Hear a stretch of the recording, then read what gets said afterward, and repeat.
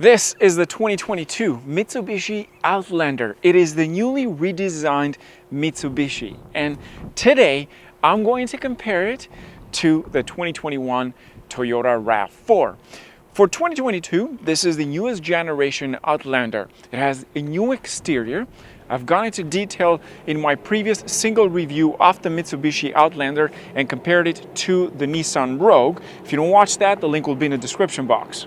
And today I'm going to compare it against the Toyota RAV4. The RAV4 is one of the most successful, one of the most sold small SUVs out there, CUVs in this case. It's been so successful for years, but again, it's not a new generation compared to this model over here for the Mitsubishi Outlander. The goal for today's video is to compare them. I'm going to take them on a test drive, talk about the tech features, talk about actual space, and then which one do I like the most. Now from the title, you kind of got the idea that I kind of like this over here, the Mitsubishi Outlander, and maybe you'll disagree with me, but my take is this actually looks better and it feels better on the interior. The RAV4, it's an amazing vehicle, and most importantly, for now, the RAV4 offers a plug-in hybrid, which actually has sold out in every single dealership across Canada. You can't even get one to actually test drive. You have to pre-order it. But the model we have for today's video is actually a hybrid, but not plug-in hybrid. The Mitsubishi Outlander, as of this video, as of today, does not have an actual plug-in hybrid. The previous generation did offer a plug-in hybrid, but this new model, up till now, we don't have a plug-in hybrid. It's not even a standard hybrid for that matter. So let's start first with the pricing. Whether you live in Canada or United States, one thing you need to know is that the Mitsubishi Outlander, even the base model, will cost you more. And there is a simple reason. It offers 7 seatings. Meanwhile, in here, we only have 5. So yes, you get a third row in the Mitsubishi Outlander, but don't get too excited.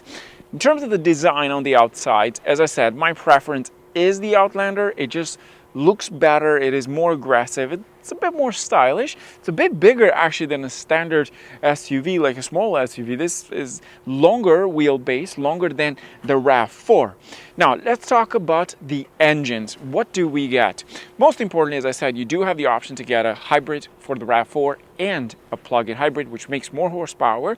And of course, you're entitled with the green plates that give you access to the HOV lanes. Meanwhile, in here we have the Outlander offers a 2.5 liter engine that makes 181 brake horsepower and 181 pound-feet of torque. It is equipped with a 4-wheel drive. Meanwhile, the RAV4, it's an all-wheel drive. In the transmission, of course, the Toyota fans are going to complain about this. It is the CVT. But so does the actual RAV4. It has a CVT. I'm not sure whether they come from the same manufacturer. Technically, the hybrid does offer you better fuel efficiency because it is a mix of electric motor and a standard engine. So that's another difference between these two vehicles. Where the Outlander wins is in towing. You see, this model over here can tow up to 2,000 pounds. Meanwhile, the RAV4 hybrid only tows up to 1,300 pounds. In terms of convenience, both vehicles offer power liftgate, and what's important is that you have the kick option where you slide your foot under and it will open the tailgate. It is available in both models. Now, where the RAV4 wins is the actual space in terms of the cargo space. So the RAV4 out of the two has more cargo space, over 37 cubic feet of space behind the second row, compared to the new Mitsubishi Outlander, which only offers up to 34 cubic feet of space. So there's not a major difference, but there is a difference between the two of them. And most importantly, in the RAV4, you do get a spare tire underneath. Meanwhile, in the Mitsubishi Outlander, you don't get any spare tires. In the Mitsubishi Outlander, you get a third row. Now, as I said, don't get too excited because the third row technically is not for adults and it's almost impossible for me to fit in. It's mostly for kids or if you have pets. And what they have done, which I absolutely love, is the fact that they've hidden inside, under here, the 2 headrests. So you can take them away and just hide them under here so that way they're not hanging around. So they've created a special place just for the actual headrest for both seats. So you get in total 7 seats. The third row, again, it is questionable in terms of adult space. It's more for children, in my opinion, and I think that's what they're aiming for. And most importantly, the Outlander, they have offered you this flaps on the side here that you can pull to fold the second row, so you have access straight from here. And the reason they have offered that is because the second row is further away and it's hard to reach. Meanwhile, in the RAV4, you have the actual flap at the top. You pull that and you can fold the seat. In the Mitsubishi Outlander, you have two buttons located in the top. One is to actually close the tailgates. The other one is to lock the vehicle completely, something that you're missing in the Toyota RAV4. Now, let's talk about the second row. Well, first of all, both offer heated seats in the back. So they're both the same. And in here, you also get the actual climate unit. So you have a temperature control unit in the back. We have two vents, so just slightly different. But where the Outlander wins, of course, the seats. See, both seats over here can be moved back and forth in order to give more space to the third row. In the RAV4, they're standards, you can move them, but you can move the actual recliner at the top. In here, you can do the exact same thing. The Mitsubishi Outlander offers a full panoramic roof all the way across, and most importantly, you can open the front one. In the RAV4, with the limited package that we have for today's video, it only offers an actual sunroof in the front, but not a full panoramic roof. And in here, you also get the sunshades on the side here, so you can lift them, and if it's too bright outside, it can get nice and dark.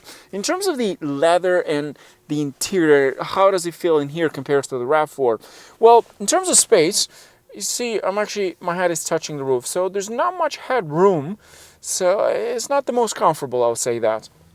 But in terms of the quality and the leather and interior, I feel like in here they put a lot more work and it feels nice. I love this beautiful orange stitches around it. The leather looks fantastic. It gives a bit of a premium feeling inside. One benefit of the Mitsubishi Outlander is the second row door. Now, as you see, it's almost open 90 degrees in here, and you can see all the way through. That's something they used in the Nissan Rogue as well. And this is beautiful because if you have a child seat, this will give you a lot of space to put the seat inside because the door is wide open. Now, let's jump into the RAV4 and let me show you this. The RAV4 doesn't open all the way. So there's a difference, and you notice that right away, especially when you sit in the second row for the RAV4. Let's talk about the second row in the RAV4. You got two USB ports over there. Now climate unit the same way as you have in the Outlander. Then you have great headroom in here. And what they've done is that, as you see, this part, it's actually extended down, but then this is pushed up. So that way you get more space for your head. And most importantly, there's a lot of space in here. You feel a bit more comfortable. I didn't feel the same way in the Outlander. I feel here it's a bit more relaxing for someone my height. I'm 6'2". The actual heated seat option is located onto the door handle on this side. So you press that button and it will turn on the heated seats. You can fold the seats the same way as the Outlander. So you have 2 and 1. Same thing with the Outlander, but again, you don't get a full panoramic roof. Now, let's jump in the front and let's talk first about the RAV4. First of all, here are some things that you're missing in the Outlander that the RAV4 offers. Well, you do get ventilated seats in here. You're missing that in the Outlander. You get this rear view mirror, which turns into a full LCD, and there's a camera located at the back. This is quite helpful, in my opinion, compared to anything else out there. I love that kind of feature in vehicles. And in terms of the actual area over here, we have a touchscreen infotainment display that is smaller than the one in the Outlander, but you're not getting any heads-up display. One thing I love about the RAV4 is the actual gear knob. I like this. It's easy access.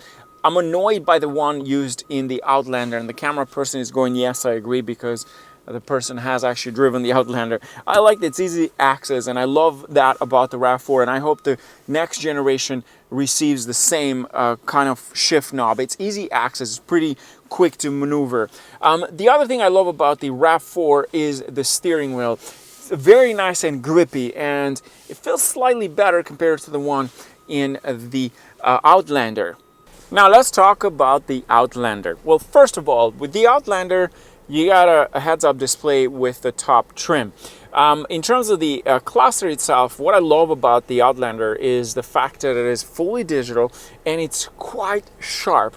And most importantly, I love the RPM and the kilometers. It's kind of like a scroll option, and it looks like a scroll button basically, and it shows you the actual RPM, and then it keeps rolling as you're pushing the gas pedal. The actual display itself is very similar to the ones you find in the Nissan Rogue, so it's a massive display.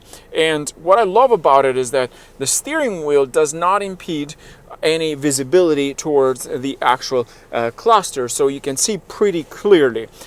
Everything in here remains literally a copy paste from the Nissan Rogue. You feel that everything was imported from the Nissan Rogue. Even the Nissan Rogue doesn't have ventilated seats, and this doesn't have ventilated seats as well. So things have remained the same there. But where the Outlander wins over the RAV4 is more so technology. So a few things. First of all, the cluster. It's nicer in here, gives you quite a lot of options. And when you change the driving modes as well, you have many driving modes. We have normal, eco, you have 4 more, you can change them, and you have downhill assist as well. Both have power hand brakes and both have the auto hold option. The most annoying thing about the Outlander is the gear knob. I find it just annoying and not as quick. Now, in terms of the actual climbing unit, it is a dual zone similar to the RAV4. And you have heated seats and heated steering wheel. You don't get any ventilated seats, as I mentioned previously. You have a 360 camera. The infotainment system, it's quite sharp. It is very intuitive, very smart. Most importantly, here you do get a wireless charging pad, similar to the RAV4. But it offers wireless connectivity for Android Auto and Apple CarPlay, something that you're missing in the RAV4. But now, to be fair to the RAV4, I do think that, of course, that model is not fully updated, similar to this, which is new for 2022. Paddle shifters on the steering wheel. As I said, my favorite is the steering wheel in the RAV4. It's a bit more grippy and just thicker and easy to work with. In terms of safety features, both have the lane assist. You have actual blind spot assist systems as well. Beautiful cluster which shows you the blind spot assist, and it shows the vehicles and the lane as well. We're going to talk about how that system works on the road once we go for a test drive, and that's what we're going to do next. So let's go for a drive and let's talk about how do these two compare. Okay, so let's talk about how do these two compare in terms of driving. I have reviewed a RAV4, pretty much all their models, and they are great vehicles. One thing I noticed right away, the difference between this and that is the steering wheel. The steering wheel in the RAV4 is so much lighter, and the RAV4 inside feels small. This is one thing I noticed right away. In here, this feels so much bigger, and it is because it has a longer body. Most importantly, you get a third row. The difference is that I want to mention that is in terms of the seats. For passenger in the RAV4, you don't get a power seat. In here, you get on both sides. So there's a bit of a tech features added to this that make it a bit special. Something to keep in mind. Maybe some people just don't care about that. In terms of the driver assistant package, the RAV4 uses similar systems. So you got lane assist, blind spot assist as well, will keep you within the lane. Both vehicles will offer same tech features in terms of the safety side. The RAV4 is missing the heads-up display. In here you get a heads-up display, so that's another difference for people that care about that if you like to use a driver assistant package. I actually like this because it shows the speed in there, so that way you don't actually look down and you have so much more information in the cluster. And right now I have the blind spot assist system that shows you the left, right side, and forward as well, and it also shows you the actual notifications if you're going too far on the right or too far on the left. One thing I don't like about this is the shift knob, and I said this before, it's the most annoying thing. I don't like this kind of technology. Nobody complained. I keep saying this all the time. Nobody complained about a standard shift knob. I don't know anyone that actually complained, that said don't like it. Why do they have to do that? There's no need to innovate if it doesn't actually fit the purpose. What's the point? Why even bother? It's not that anybody complained about it and you can say, well, yeah, I'm sure we're gonna make a new one, but nobody cared. So that's the annoying part about this, and I hate that all the time driving, and it's exactly the same as the one in the Rogue, and I've said the exact same thing. In the RAV4, you have a shift knob, which is more practical, easy to use, bang, bang, drive, sport mode, manual mode, you're done. When it comes to the cabin noise, I think the Mitsubishi Outlander is actually quieter inside compared to the RAV4. You don't hear the outside noise as much inside. That's one thing I noticed right away when you jump from the RAV4 into here. Yet, it's still loud when it comes to the engine. So if you rev it, you can hear the engine. Same thing with the RAV4 as well. So there are some similarities in there, but overall, I think the Outlander feels actually quieter inside compared to the RAV4. The interior in here feels nicer and it feels a bit more premium. That's the first thing you notice if you compare them side by side. Maybe some people don't care about that. I like what they've done with this vehicle. One thing I dislike about it is the power compared to the RAV4. I find the RAV4 more responsive on the road. In here, the CVT, it's like, come on. The car is struggling, and because it is bigger and heavier than the RAV4, that's another difference. It struggles a lot with power. You don't feel that response the same way as you feel it in the RAV4. That's right away, you notice that once you drive them back to back, you'll notice them right away. In the RAV4 with that hybrid, it gives you a bit more performance feeling. That's what I like about the RAV4. In here, the CVT, not the best. There is a bit of a sluggishness and there's a bit of a delay when it's shifting. But the comfort level, I like this. The seat in here feels a bit low and the ride quality is so much softer. It's kind of like a boat ride. It's actually better than the Rogue in my opinion. It's a soft ride and the seat is just perfect. In the RAV4, you're just sitting just a bit higher. So you're looking like straight, in here you're looking a bit down. The audio system is something that people want to know a lot. I feel like they're very similar on both vehicles. One uses JBL, this uses Bose system. So it's hard to tell the difference between the two vehicles when it comes to the audio system. It comes down to preference. In the RAV4, you have a bit more bass. In here, just less bass, a bit more clarity. That's the only difference. But in vehicles, it's very hard to tell the difference because you have so much noise outside and also inside at the same time, and it's hard to distinguish the quality. It's not that you're comparing a Rolls-Royce to a Toyota. That's not the case in here. It's just a matter of which one do you like the most. I think both are sort of similar. Now, visibility, let's talk about that. I think visibility in here is slightly better because the third window in here, it's slightly bigger compared to the RAV4. But in the RAV4, you get that mirror, which is quite helpful. In here, though, you don't get that option, but the rear window is actually slightly bigger, so you get better visibility. I have a person in the back. I also have my phone as well, and I can still see very well at the rear end. So that's another difference between these two vehicles. They're both sort of very similar. The only difference that on the right side and left side of the back, I think this one has better visibility. Unless the passenger put up the sunshades, then you get no visibility. It's pretty bad then. You don't get that problem with the RAV4 because it doesn't have those side sunshades to pull up. In here you do have for both sides. Now, to wrap up this video, which one do I like the most out of these two? And I'm going to say that very shortly. I like this. But if I had to pick the RAV4, I'd have to go all the way to the hybrid. Because the actual plug-in hybrid, the Prime, it's such a hot vehicle and it's so amazing what it offers, and it's pretty quick too. For a RAV4, it's pretty quick. It's technically the fastest RAV4 ever.